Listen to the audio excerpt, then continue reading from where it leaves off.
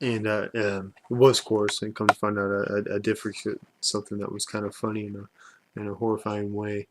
One of my big concerns whenever first it was just a second opinion going to Sloan, but eventually I transferred my primary care there.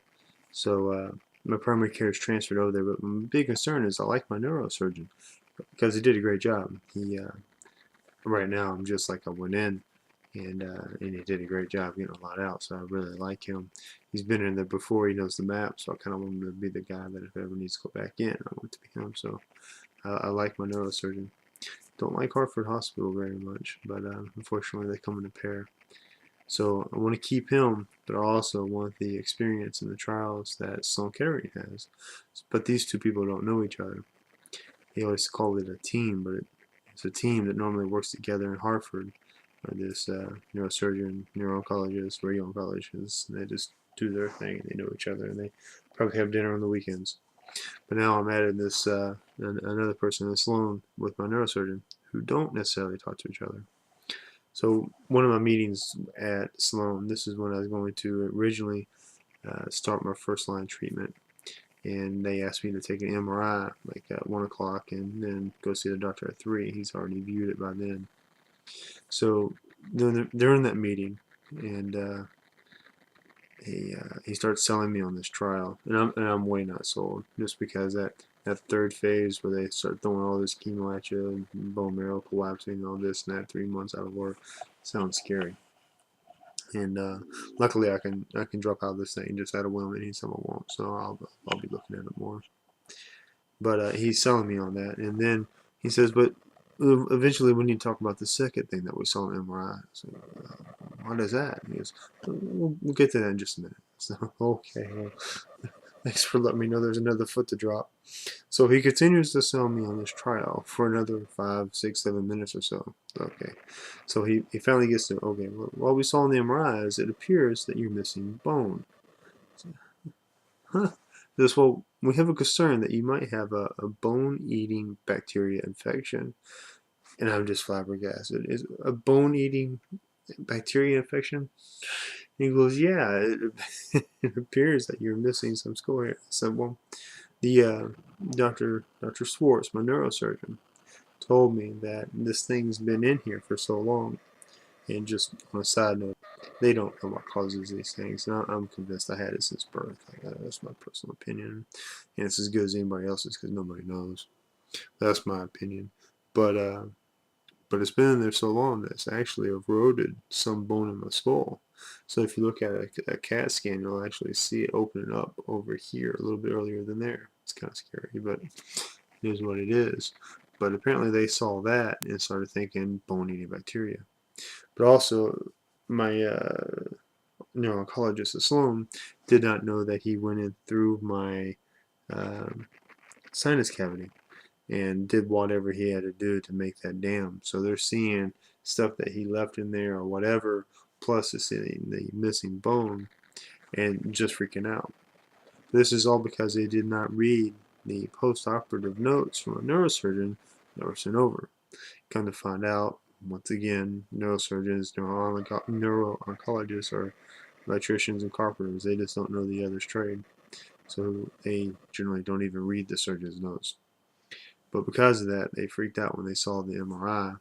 So he said, we're going to admit you into the urgent care emergency room and have several people look at you, your nose and throat doctors, infectious disease, neurosurgeons, and anybody else that I can use to cover myself with liability is what it sounded like. So he says, well, it's this is Sloan here. The urgent care is over there. They got a shuttle and it leaves in 7 minutes. So it went from 20, 30 minutes of being sold on this trial and then giving me heads up there's another foot that's going to drop. Let me sell you for a little bit more. And then, oh, by the way, bone eating, flesh eating, whatever kind of bacteria that you might have. Hurry and go to the emergency room and good luck. So as he tells me that, I tell him about all this that my Dr. Schwartz, my neurosurgeon, says, and he goes, "Dr. Schwartz told you that?" And I said, "Yeah, Dr. Schwartz told you that." And I, so it would be a good idea for y'all to talk to him. So y'all can compare this MRI to the previous MRIs and see if they're the same. He goes, well, yeah, that's a great idea. Do you have his number? Okay, so I'm flabbergasted again because this is my team. These are the people that are utmost responsibility is my life. And my neuro-oncologist just asked me if I had the contact information for my neurosurgeon. So I, luckily, the Dr. Welch, the neuro oncologist and some fellowship to him, stepped in there and said, "Yeah, we have that on file." I said, "Okay, that's good." Yeah, I like her a lot more, but I'll take knowledge over niceness in this case. But I was way flabbergasted by that, and so anyway, I get admitted into the urgent care at Sloan. So here I am at Manhattan, enjoying the emergency room, and they put me in a room, and of course everybody's in a hurry until you get there, and then it's just wait. So we wait, and nothing happens. So the first thought was, do they need to put me on a drip antibiotic just in case? So people come by. I'm not. I look like I look right now. I look fine. I'm not puking, vomiting, no fever, no anything. So they don't need to do a drip antibiotic.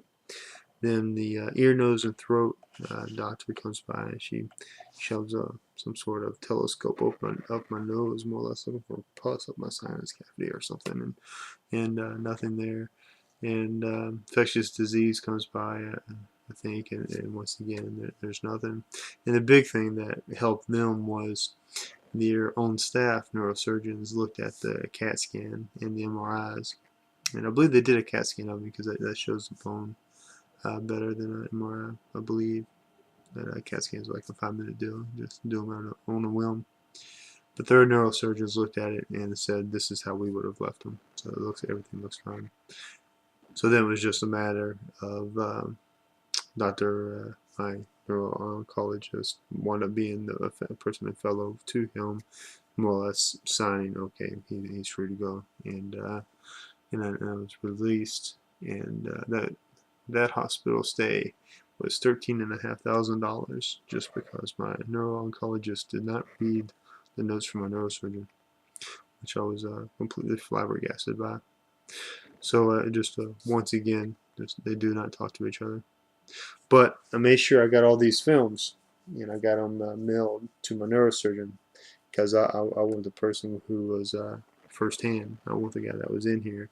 So they actually didn't quite show up in time. They showed up right after we left.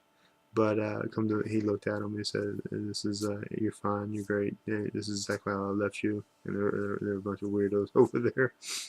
And come to find out, my neuro-oncologist still never called my neurosurgeon. I still, to this day, don't know if they've ever said one word to each other. I need to clarify this because apparently their trades need to intermingle a little bit more to save these $13,500 hospital stays. Luckily, insurance covers even the stupid ones, so luckily I didn't have to pay for that. Anywho, I thought that was a funny and horrid story all at the same time. I'll talk to y'all later.